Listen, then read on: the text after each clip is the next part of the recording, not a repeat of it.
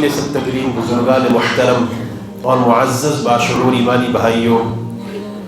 تمام تعریفیں اس اللہ وحدہ لا شریک لہ کے لیے خاص ہیں جس اللہ نے ہم سب کو انسانی شکل عطا کی، ایمان کے عظیم دولت سے نوازا اور امام الانبیاء جناب محمد عربی صلی اللہ علیہ وسلم کی امت میں پیدا فرمایا، اور قرآن کریم جیسی عظیم کتاب کے ذریعے سے اللہ نے ہماری رہبری اور رہنمائی فرمائی۔ تمام تعریفیں اسی اللہ کے لیے خاص ہیں۔ میرے محترم بزرگوں اور دوستوں، بہت مختصر سا وقت ہے، رمضان المبارک کی آمد ہے۔ اللہ کے نبی صلی اللہ علیہ وسلم اس مقدس مہینے کی طلب اللہ سے 2 مہینہ پہلے کیا کرتے تھے۔ کئی مواقع پر آپ نے اللہ کے نبی صلی اللہ علیہ وسلم کی زبان مبارک سے نکلنے والی یہ دعا اس سیزن کے اندر بطور خاص اس پچھلے 1-2 مہینوں کے اندر آپ نے بکثرت سنی ہوگی، جس میں اللہ کے نبی صلی اللہ علیہ وسلم اللہ تبارک و تعالی سے رمضان المبارک کو مانگا کرتے تھے، اور جس چیز کو مانگا جاتا ہے وہ بہت اہم اور قیمتی چیز ہوتی ہے۔ تو نبی کریم صلی اللہ علیہ وسلم مانگ رہے ہیں، اور مانگ کس سے رہے ہیں؟ اپنے اللہ تبارک و تعالی سے۔ اور یہ ہم سب کو پیغام تھا، قیامت تک کے آنے والے اہل ایمان کو یہ پیغام تھا اور ہے کہ یہ مقدس مہینہ کسی بھی مومن کی زندگی کا سب سے زیادہ بہترین سیزن ہوتا ہے۔ چونکہ ہم جس مزاج کے لوگ ہیں، ہم بھی جو ہے نا شادیاں بھی سیزن میں کرتے ہیں، اور ہر ایک آدمی کا ایک سیزن ہوتا ہے کہ کھیتی باڑی کرنے والا وہ دیکھتا ہے یہ میرا سیزن ہے، تو اس وقت وہ کتنی تگ و دو کرتا ہے، کتنی مشقت کرتا ہے، رات دیر تک کام کرتا ہے، صبح کو جلدی سے اپنی کھیتی کرنے کے لیے اپنی زمین میں نکل جاتا ہے۔ اسی طریقے سے جیسے اب یہ جو مہینہ چل رہا ہے مارچ کا، اس وقت جو ہے نئے سیشن کا آغاز ہونا ہے اسکولوں کا، تو اس لائن کے لوگ کتنے فکر مند ہوتے ہیں کہ کس طریقے سے یہ سیزن ہمارا لگ جائے۔ تو ہم چونکہ سیزن کے لوگ ہیں، اگرچہ ایک ایمان والا کسی سیزن کا محتاج نہیں ہے، لیکن پھر بھی بات سمجھانے کے لیے عرض کر رہا ہوں۔ تو جس طرح وہ سیزن کھیتی کرنے کا ایک سیزن ہوتا ہے، پھر پھل پانے کا ایک سیزن ہوتا ہے، اسی طریقے سے اللہ تبارک و تعالیٰ کی طرف سے اہل ایمان کے لیے یہ رمضان المبارک بھی ایک سیزن ہے۔ لیکن افسوس اس بات کا ہے کہ ہماری زندگی کے کئی سارے سیزن جیسے اس کو وصول کرنا چاہیے تھا، ہم میں سے الا ماشاءاللہ کسی نے کیے ہوں تو اور بات ہے، ورنہ اکثریت اہل ایمان کی ایسی ہے کہ جو اس سیزن کو بھی صرف گزارنے کی حد تک،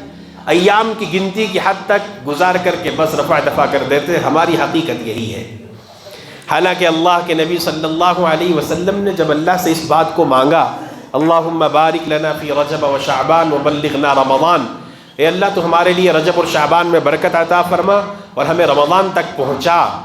تو رمضان تک پہنچنے کی، رمضان کو پانے کی جو دعا اللہ کے نبی صلی اللہ علیہ وسلم نے کی، اس کے پیچھے بہت بڑی حکمتیں ہیں۔ ہمیں اس بات کی طرف توجہ دلائی گئی ہے کہ تمہاری زندگی کے اس سال کے 11 مہینے جو گزرے ہیں وہ غفلت اور لاپرواہی میں گزرے ہیں۔ یقیناً ہم میں سے کوئی یہ نہیں کہہ سکتا کہ میری زندگی غفلتوں والی نہیں ہے، میری زندگی اللہ نہ کرے معاصی والی نہیں ہے، ہماری زندگیاں شہوات کو پوری کرنے والی نہیں ہیں، منمانیاں والی نہیں ہیں۔ ہم میں سے کوئی نہیں یہ کہہ سکتا، بلکہ ہماری زندگیاں ایسی ہی ہیں۔ تو پھر وہ زندگی جو ہمارا مقصد حیات تھا، اگر وہ زندگی خواہشات کے پورا کرنے میں، معاصیات کو کرنے میں، اللہ سے دوری اور غفلت میں گزر رہی ہے، تو اس زندگی کی پٹری کو تبدیل کرنے کے لیے، ایک نہج دینے کے لیے اللہ تبارک و تعالی نے ہمیں یہ رمضان کا مبارک مہینہ دیا ہے، ہمیں یہ رمضان کا مبارک مہینہ دیا ہے۔ تو رمضان المبارک کے مہینے کے آنے سے پہلے اب چند دن بھی نہیں، 3 دن بھی شاید باقی بچے، ہم کیا کر سکتے ہیں رمضان المبارک کی تیاری کے لیے؟ 1-2 باتیں اس وقت آپ سے مجھے کہنی ہے اس موقع کی مناسبت سے۔ سب سے پہلی بات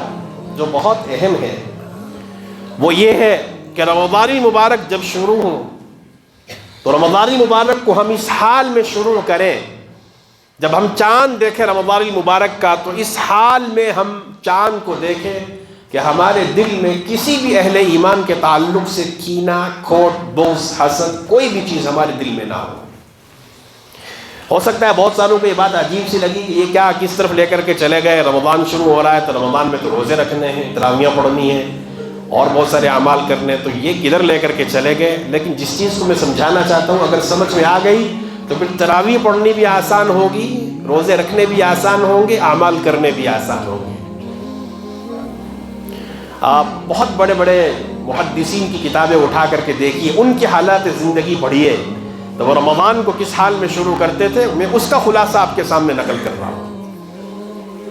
اس حال میں ہمارا رمضان نہ شروع ہو کہ ہمارا رمضان شروع ہو رہا ہے، ہم چاند کو دیکھ رہے ہیں، چاند دیکھ کر کے دعا بھی پڑھ رہے ہیں، اندر سے خوش بھی ہو رہے ہیں، لیکن اپنے سگے بھائی کے لیے دل میں کھوٹ ہے، اپنے کسی رشتہ دار کے لیے، کسی پڑوسی کے لیے دل میں کینہ ہے، اور اسی کینے اور بغض اور حسد کو لے کر کے، اسی کھوٹ کو لے کر کے نماز پڑھیں گے، تراویحیں پڑھیں گے اور تہجد بھی پڑھیں گے۔ بہت ممکن ہے کہ یہ تراویح، یہ تہجد، یہ نمازیں، یہ اعمال تمہارے منہ پر مار دی جائیں۔ کیوں یہ جملہ میں اس لیے کہہ رہا ہوں کہ اعمال کی قبولیت میں دو جملے استعمال کر رہا ہوں، اعمال کی توفیق کے ملنے میں اور اعمال کی قبولیت میں، ان دونوں چیزوں میں سب سے بڑا دخل جو ہے وہ دلوں کی صفائی کا ہے۔ اعمال کی توفیق بھی اسی کو ملتی ہے جس کا دل صاف ہوتا ہے، اور پھر اللہ تعالیٰ اسی کے عمل کو بھی قبول کرتے ہیں جس کا دل صاف ہوتا ہے۔ دلوں میں کھوٹ کینہ رکھنے کے بعد اعمال اگر ظاہر کے اعتبار سے کوئی کر بھی رہا ہوگا، بہت ممکن ہے کہ وہ شاید قبول نہ ہو رہے ہوں۔ اور یہ دلوں کی پاکیزگی اتنا مبارک عمل ہے، ایک طرف اتنا مبارک عمل ہے کہ نبی کریم صلی اللہ علیہ وسلم نے اپنے ایک بہت ہی لاڈلے اور چہیتے صحابی، جنہوں نے اللہ کے نبی صلی اللہ علیہ وسلم کی 10 سال تک خدمت کی، حضرت انس بن مالک رضی اللہ تعالیٰ عنہ، یہ 10 سال کے تھے۔ ان کے والد انہیں اللہ کے نبی صلی اللہ علیہ وسلم کی خدمت میں آ کر کے چھوڑ کے چلے گئے تھے کہ میرا یہ بیٹا آپ کی خدمت کرے گا، اور کل 10 سال انہوں نے خدمت کی نبی کریم صلی اللہ علیہ وسلم کی، یعنی 10 سال سے لے کر کے ان کی عمر 20 سال پہنچی، تو یہ 10 سال کا زمانہ حضرت انس نے اللہ کے نبی صلی اللہ علیہ وسلم کی خدمت کی ہے۔ تو ان صحابی رسول سے نبی کریم صلی اللہ علیہ وسلم نے فرمایا، ایک موقع کے اوپر صحیحین کی روایت ہے، اللہ کے نبی صلی اللہ علیہ وسلم نے فرمایا، یا بنیا، اے میرے بیٹے، بنیا عربی میں یہ تصغیر کے لیے، جب کسی کو، جیسے ہمارے یہاں بھی عرف عام میں نا کسی کو کہا جائے بیٹا، بیٹے کو بیٹا کہا جاتا ہے، اور اسی کو زیادہ شفقت اور لاڈ اور پیار سے کہا جائے تو کبھی کہتے پترو، میرا جگرو۔ تو اس طرح عربی زبان میں اپنے آپ کی محبت کو بتلانے کے لیے کہ مجھے تم سے بہت محبت ہے، تو یا بنیا، اے میرے بیٹے، اے میرے لاڈلے بیٹے، چونکہ بچپن تو تھا ہی حضرت انس کا، 10 سال کی خدمت میں، 10 سال کی عمر میں خدمت کے لیے حاضر ہو گئے تھے، تو اللہ کے نبی صلی اللہ علیہ وسلم نے فرمایا، اے میرے بیٹے، ان قدرت ان تصبح وتمسی وليس في قلبك غش لاحد فافعل، اے میرے بیٹے، اگر تو یہ کر سکتا ہو، اگر تو اس کی طاقت رکھتا ہو کہ جب تو صبح کرے اور جب تو شام کرے، یعنی تیری صبح اس حال میں ہو، تیری شام اس حال میں ہو، وَلَيْسَ فِي قَلْبِكَ غِشٌّ لِأَحَدٍ، تیرے دل میں کسی کے لیے بھی کوئی کھوٹ نہ ہو، اگر تو یہ کر سکتا ہو، فَفْعَلْ، تو ایسا تو کر لینا۔ یعنی اللہ کے نبی علیہ السلام حضرت انس کو اس کا حکم دے رہے ہیں کہ جب تو صبح کرے اور جب تو شام کرے تو تیرے دل میں کسی کے لیے کھوٹ نہیں ہونی چاہیے، کسی کے لیے کینہ نہیں ہونا چاہیے، کسی کے لیے حقارت نہیں ہونی چاہیے، بغض نہیں ہونا چاہیے۔ اور پھر آگے اللہ کے نبی صلی اللہ علیہ وسلم نے فرمایا، اس کی فضیلت فرماتے ہوئے کہ میں بیٹے تمہیں ایسا کیوں کہہ رہا ہوں کہ اگر تو ایسا کر سکتا ہو، دلوں کو صاف کر سکتا ہو تو کر لینا، کیوں کہہ رہا ہوں ایسے؟ وَذَلِكَ مِن سُنَّتِي، نبی علیہ السلام نے فرمایا، یہ دلوں کا صاف رکھنا ہر ایک ایمان والے کے تعلق سے، کینہ کھوٹ بغض سے، وَذَلِكَ مِن سُنَّتِي، یہ میرا طریقہ ہے، میری سنت ہے، کہ میرا یہ عمل ہے، میرا یہ طریقہ ہے کہ میرا دل کسی بھی کے تعلق سے، کسی بھی ایمان والے کے تعلق سے اس میں کوئی کینہ کھوٹ نہیں ہے، تو لہذا جب یہ میرا طریقہ ہوا، اور پھر آگے اللہ کے نبی علیہ السلام نے فرمایا، من احب سنتی فقد احبنی، جس نے میری سنت سے محبت کی، جس نے میرے طریقے کو پسند کیا فقد احبنی، اس نے مجھ سے محبت کی، ومن احبنی کان معی فی الجنہ، اور جو مجھ سے محبت کرے گا وہ جنت میں میرے ساتھ ہوگا۔ تو یہاں پر کس چیز کو نبی علیہ السلام نے سمجھایا اپنے بیٹے حضرت انس کو، جو پیار میں محبت میں بیٹا کہا گیا، کہ اگر تو ایسا کر سکتا ہو نا کہ تو صبح کرے اور شام کرے کہ تیرے دل میں کسی کے لیے کھوٹ نہ ہو، تو ایسا کر لینا۔ اب ظاہر سی بات ہے دو راستے ہیں ہمارے پاس، یا تو کسی کے تعلق سے دل میں کینہ رکھیں، کسی کے تعلق سے دل میں نفرت پال لیں۔ معاملات ہوتے ہیں، ایسا نہیں ہے کہ انسان ہے، سب کچھ انسانوں سے لگی ہوئی چیزیں ہیں، لیکن مومن کی شان یہ ہے کہ مومن معاملات کو سدھارتا ہے،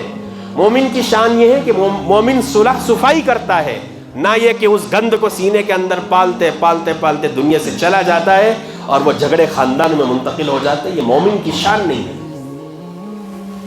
اب فیصلہ کرے کہ رمضان شروع ہو تو ہمارے دلوں میں دنیا بھر کے لیے کینہ کھوٹ ہو، یا رمضان شروع ہو اور ہمارا دل سب کے لیے صاف ہو، تو پھر کون سا آپشن ہمیں چننا ہے یہ ہم نے فیصلہ کریں۔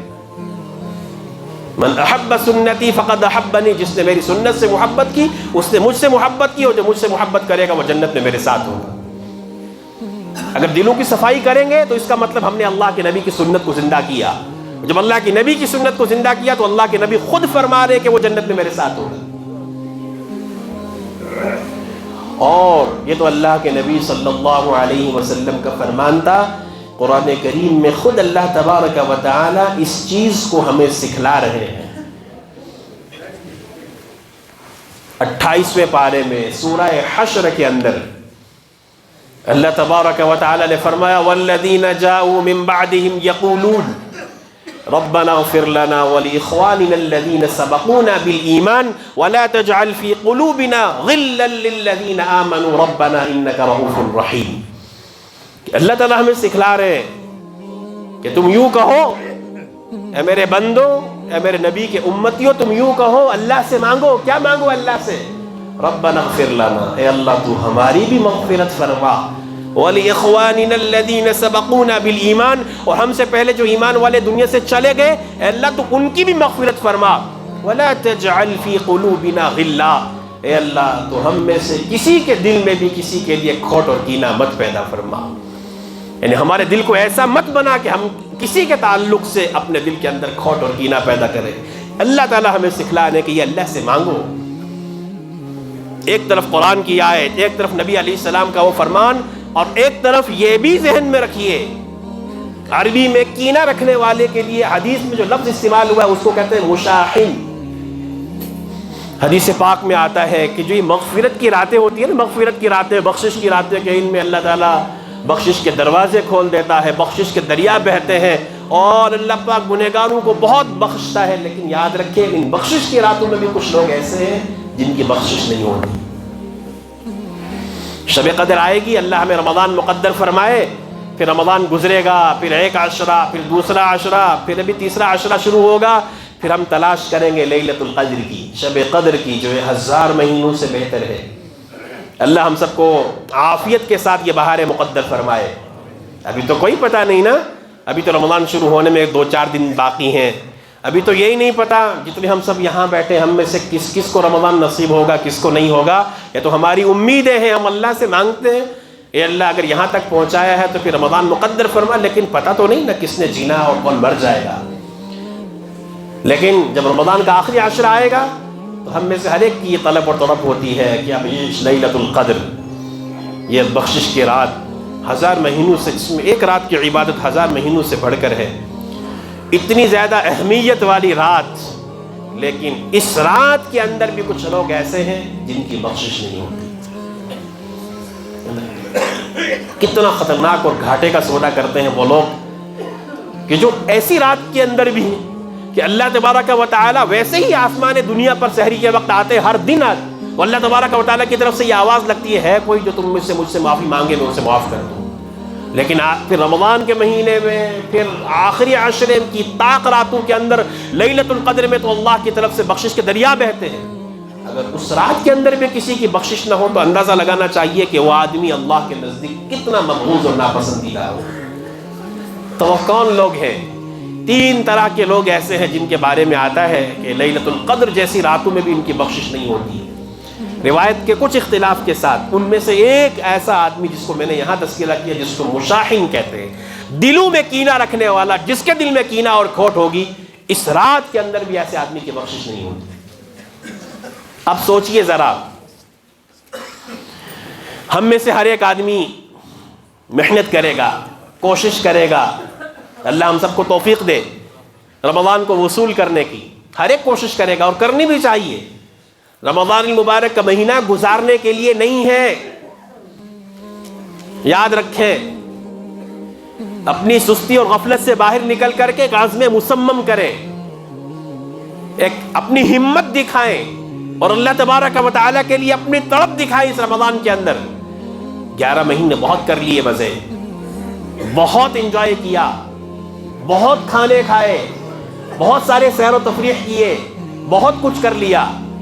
رمضان المبارک کا مہینہ 1 مہینے کا سیزن ہے، اللہ کا واسطہ ہے کہ خدا کے لیے نظام الاوقات بنائیے، اپنا شیڈیول ترتیب دیجئے، رمضان کی ایک ایک لمحے کو قیمتی سمجھ کر گزاریے۔ کہیں ایسا نہ ہو برسہا برس کی طرح یہ رمضان بھی ہم سے گزر جائے اور پھر ہم عید تو منائیں لیکن اللہ کے یہاں سے مغفرت کا پروانہ ہمیں نہ ملے۔ ظاہر سی بات ہے کہ عید کی رات کو لیلۃ الجائزہ کہتے ہیں، انعام کی رات کہتے ہیں، تو ظاہر سی بات ہے انعام اسے ملتا ہے جو کامیاب ہوتا ہے۔ تو وہاں اس رات کے اندر 2 طرح کے لوگ ہوں گے۔ جب صبح عید کی نماز پڑھنے کے لیے جائیں گے تو کچھ لوگ وہ ہوں گے کہ جن کو اللہ کی طرف سے مغفرت کا پروانہ ملے گا کہ تم اس حال میں عید پڑھو کہ تمہیں معاف کر دیا گیا، اور کچھ وہ بھی ہوں گے کہ جن کو کہا جائے گا تم نے تو رمضان صرف گزارا ہے، تم نے تو رمضان کی بھی ناقدری کی، تم نے تو اس مہینے میں بھی اللہ کے حکموں کو توڑا، تم نے تو اس مہینے میں بھی شریعت کو چھوڑا، تم نے تو اس مہینے بھی منمانیاں کی اور گناہ کیے۔ تم عید تو مناؤ اچھے کپڑے پہن کر، تم عید تو مناؤ بہت اچھے کھانے کھا کر کے، لیکن جو اصل رمضان کا مقصد تھا کہ تمہاری بخشش ہونی تھی وہ تو کسی کی نہیں ہو رہی۔ سوچئے ذرا، اگر اللہ نہ کرے ہم نے اچھے کپڑے پہن کر اچھے کھانے کھا کر عید منائی، لیکن وہاں سے ہمیں یہ کہا گیا کہ تمہیں ملنے والا کچھ نہیں ہے، تو ہم سے بڑے خسارے والا کوئی ہے؟ اچھے کپڑے پہننے کا نام عید نہیں ہے، اچھے کھانے کھانے کا نام عید نہیں ہے۔ عید تو اس کی ہے جس کا رمضان گزرے گا۔ کیسا؟ جیسے اللہ چاہتے ہیں، جیسے اللہ کے نبی چاہتے ہیں صلی اللہ علیہ وسلم۔ تو اس لیے مستعد ہو جائیے، تیار ہو جائیے، اپنے کاموں کو ترتیب دیجئے، اپنا نظام الاوقات بنائیے۔ جس طرح دنیا کے معاملات میں ایڈجسٹمنٹ نہیں کرتے، ہم کتنی ایڈجسٹمنٹ کرتے ہیں اپنے دنیا کے کاموں کو بنانے کے لیے، تو کیا بگڑ جائے اگر ایک رمضان کے مہینے کو اچھا کرنے کے لیے ہم اپنے نظام کو آگے پیچھے کر لیں؟ لیکن وہی کرے گا جس کے دل میں اللہ کی محبت ہوگی، جس کے دل میں اس کا احساس ہوگا کہ رمضان کیا چیز ہے، جس کے دل میں اس بات کی فکر ہوگی کہ اگر یہ رمضان میرا اچھا نہ گزرا تو میری بخشش نہیں ہوگی۔ اور پھر اس بات کو بھی یاد کر لیجئے، اللہ نہ کرے وہ بددعا ذہن میں رکھیے کہ جبرائیل امین جس کے تعلق سے یوں کہتے ہیں ہلاک ہو جائے وہ شخص کہ جس نے رمضان کا مہینہ پایا پھر بھی اس کی بخشش نہ ہوئی، اور نبی علیہ الصلوۃ والسلام اس پر فرمائے آمین، اس آدمی کی ہلاکت میں کوئی شک ہو سکتا ہے؟ ہاں، اس لیے اگر آپ دکاندار ہیں تو اپنے دکان کے نظام کو اس طرح ترتیب دیجئے۔ حالانکہ ہوتا کیا ہے، افسوس کے ساتھ کہنا پڑتا ہے کہ رمضان المبارک میں دکاندار جو بزنس کرنے والے ہیں، بطور خاص وہ دکاندار جن کا پیشہ ہے تجارت، کپڑے وغیرہ ان چیزوں سے تعلق رکھتا ہے، یا درزی وغیرہ یہ ٹیلر کا کام کرنے والے ہیں، ان کو تو ابھی سے فکر ہوگی عید کی، مجھے اس کے کپڑے دینے ہیں، مجھے یہ مال لانا ہے۔ وہ رمضان یا تو سفر میں گزرتا ہے یا کچھ بیچنے اور بکانے میں اس طرح کرتے کرتے گزر جاتا ہے، ان کے تو صحیح سے روزے بھی پورے نہیں ہوتے۔ تو سوچیں نا ایک لمحے کے لیے، اگر یہ رمضان ہمارا تجارت اور بزنس کو اپ کرنے میں، اس محنت میں گزر گیا، ہم نے 4 پیسے بھی کما لیے، ہمارا یہ سیزن اچھے سے گزر گیا، ہم نے بہت سارے کپڑے سی کر کسی کے حوالے بھی کر دیے، لیکن پھر وہی بات سوچئے کہ عید کی دن صبح کو جب انعام ملے گا، اگر انعام نہ ملا تو ہم نے کتنا کما لیا، کتنا کما لیا ہم نے؟ کچھ بھی نہیں کمایا۔ اگر بخشش نہ ہوئی اور ہمیں مغفرت کا پروانہ نہ ملا تو ہم نے کچھ بھی نہیں کمایا۔ ہو سکتا ہے کہ ہمارے بینک بیلنس بہت اوپر چلا جائے، ہم نے بہت پیسے کما لیے، لیکن یاد رکھیے اگر رمضان اچھے سے نہ گزرا تو کچھ بھی نہیں کمایا، خسارے کے علاوہ کچھ بھی نہیں کمایا۔ اس لیے روزے تو تمام رکھیں، وہ تو فرض ہے، اللہ کا حکم ہے۔ تراویح سنت ہے، اس کو اہتمام سے پڑھیں، شوق سے قرآن کریم سنیں۔ بعض جگہ سے یہ شکایت آتی ہے جی امام صاحب یہ شکایت کرتے ہیں جی، لوگ کہتے ہیں جلدی قرآن پڑھو جی، جلدی قرآن پڑھو۔ ایسے وقت میں اکثر یہ بات ذہن میں آتی ہے، ہم کتنے بگڑے ہوئے ہیں دل کے اعتبار سے کہ کسی محفل کے اندر، کسی لہو و لعب کے اندر، کسی کھیل کود میں ہمیں 6 گھنٹہ بھی کھڑا رہنا پڑے، 6 گھنٹہ بھی کہیں بیٹھنا پڑے اس کو دیکھنے کے لیے، کوئی مسئلہ نہیں ہے، کوئی دقت اور پریشانی نہیں ہے۔ شادی بیاہوں کی تقریب میں رات بھر میوزک اور گانے کے ساتھ گیت گاتے ہوئے گزر جاتی ہے، کسی کو پریشانی نہیں ہوتی، لیکن نماز پڑھنے میں تراویح میں امام صاحب 1.25 گھنٹہ کیا قرآن پڑھ لیتے ہیں، ہم اوپر نیچے ہونے لگتے ہیں اور پھر جی تھک جاتے ہیں۔ اصل میں جسم نہیں تھکتا، اصل میں دل تھکتا ہے، چونکہ دل بگڑا ہوا ہے۔ تو دل پر جس طرح کی محنت ہوئی ہے وہ دل ہمیں دکھاتا ہے، جب اس دل پر قرآن کی محنت ہوئی نہیں ہے تو پھر وہ لہو و لعب میں، میوزک میں، گانے میں، گیت گانے میں رات پوری گزر جائے تو دل اس کو قبول کرتا ہے، اور کرو اور کرو اور کرو۔ لیکن چونکہ کان کو قرآن سننے کا عادی بنایا نہیں، اور وہ بھی اللہ کے سامنے کھڑے ہو کر، اللہ کے گھر میں، ذرا سوچو تو صحیح ہم کیسے ایمان والے ہیں کہ ہمیں قرآن سننے میں تو مزہ نہ آئے لیکن گیت گانے اور سننے میں مزہ آئے، ہمیں قرآن پڑھنے میں تو مزہ نہ آئے، قرآن خود پڑھنے کے لیے بیٹھے، پاؤں پاڑا پڑھ گئے، بہت تھک گئے جی، بہت تھک گئے، اور موبائل لے کر کے 2 گھنٹے بیٹھیں گے، کسی کو تھکان نہیں ہے۔ اس کا مطلب ذہن بگڑے ہوئے ہیں، دل بگڑے ہوئے ہیں۔ تو رمضان دلوں کے بنانے کا مہینہ ہے، ساری چیزوں کو مختصر کی دیجئے، زیادہ سے زیادہ قرآن کی تلاوت کیجئے، چونکہ حدیث پاک میں آتا ہے نبی علیہ الصلوۃ والسلام نے فرمایا کہ ہر چیز کو زنگ لگ جاتا ہے، اسی طرح دلوں کو بھی زنگ لگ جاتا ہے۔ تو فرمایا گیا کہ دلوں کو جب زنگ لگتا ہے، نبی علیہ السلام نے فرمایا کہ دلوں کے زنگ اتارنے کے لیے 2 چیزیں بڑی مؤثر ہیں۔ جو آدمی یہ چاہتا ہو کہ اس کے دل صاف ہو جائے، اس کے دل کا زنگ اتر جائے، تو آقا نے فرمایا اس کے لیے 2 چیزیں بڑی اہم ہیں۔ اس میں سب سے پہلی چیز اللہ کے نبی علیہ السلام نے فرمائی قرآن کی تلاوت، اور دوسری چیز فرمائی موت کو یاد کرنا۔ جو آدمی جتنا موت کو یاد کرے گا اور جتنی کثرت سے قرآن کی تلاوت کرے گا، اس کا دل اتنا ہی صاف ہو۔ تو رمضان ایسا نہ گزرے کہ رمضان گزرنے کے بعد کوئی پوچھے تو کتنا قرآن پڑھا، تو میرا ایک قرآن بھی نہیں پڑھا ہوا۔ ایسا نہیں ہونا چاہیے، نہیں۔ اگر رمضان میں بھی قرآن نہ پڑھا تو کب قرآن پڑھیں گے؟ تو اعمال کے کرنے میں تراویح پڑھیں، روزے رکھیں، وہ تو فرض ہے۔ اللہ نہ کرے کوئی اگر روزے کو بلا عذر کے چھوڑتا ہے تو اس کا مطلب یہ ہوا کہ وہ اللہ کو چیلنج کر رہا ہے کہ اللہ تعالیٰ تمہیں کہہ رہے ہیں کہ روزہ رکھو، میرا حکم ہے، تم کہہ رہے ہیں نہیں کوئی مسئلہ نہیں، کون دیکھتا ہے، میں تو کھاتا رہوں گا پیتا رہوں گا۔ کھاؤ پیو، کوئی مسئلہ نہیں، پتہ چلے گا جب وہاں پہنچیں گے اللہ کے سامنے۔ چپ چپ کر کے کھانے والے، منمانیاں کرنے والے، اللہ کو سب کا پتہ ہے، سب کچھ جانتے ہیں اللہ کون کیا کر رہا ہے۔ اس کے علاوہ اشراق کی عادت ڈالیں، رمضان میں چاشت پڑھیں، اوابین کی نماز پڑھیں، اس کے بعد قرآن کی تلاوت کثرت کے ساتھ کریں، جتنا زیادہ ہو سکے زیادہ وقت قرآن کی دکان پہ بیٹھیں، اس وقت میں قرآن پڑھیے۔ فرض نمازوں سے پہلے وقت سے مسجد میں پہنچیے، آدھا گھنٹہ پہلے پہنچیے مسجد کے اندر، آدھا گھنٹہ نماز کے بعد بیٹھیے مسجد کے اندر، اپنے دلوں کو مسجد کے ساتھ جوڑیے۔ تہجد میں بہت پہلے اٹھیے اور 12 رکعت تہجد پڑھ کر کے خوب اللہ سے مانگے، دنیا آخرت کی بھلائیاں مانگے، کر کے تو دیکھیں نا، پھر دیکھیے دل کیسے بنتے ہیں، پھر دیکھیے کیسے سکون ملتے ہیں، پھر دیکھیے زندگیاں کیسے اوپر جاتی ہیں، اللہ کی طرف سے کیسے برکتیں نازل ہوتی ہیں۔ تو کریں گے نا انشاءاللہ یہ سارے کام۔ اور آخری بات جو سب سے اہم یہ ہے کہ سب سے اہم ترین چیز یہ ہے، وہ یہ کہ اللہ نہ کرے اگر ایک اعمال ہمارے ہوتے رہیں، ہم نمازیں بھی پڑھیں، تراویح بھی پڑھی، قرآن بھی پڑھا، ہم نے اشراق اوابین سب کچھ پڑھا، لیکن اللہ نہ کرے اگر اس کے ساتھ ہلکا سا بھی گناہ کر لیا، یہ گناہ کرتے رہے رمضان کے اندر،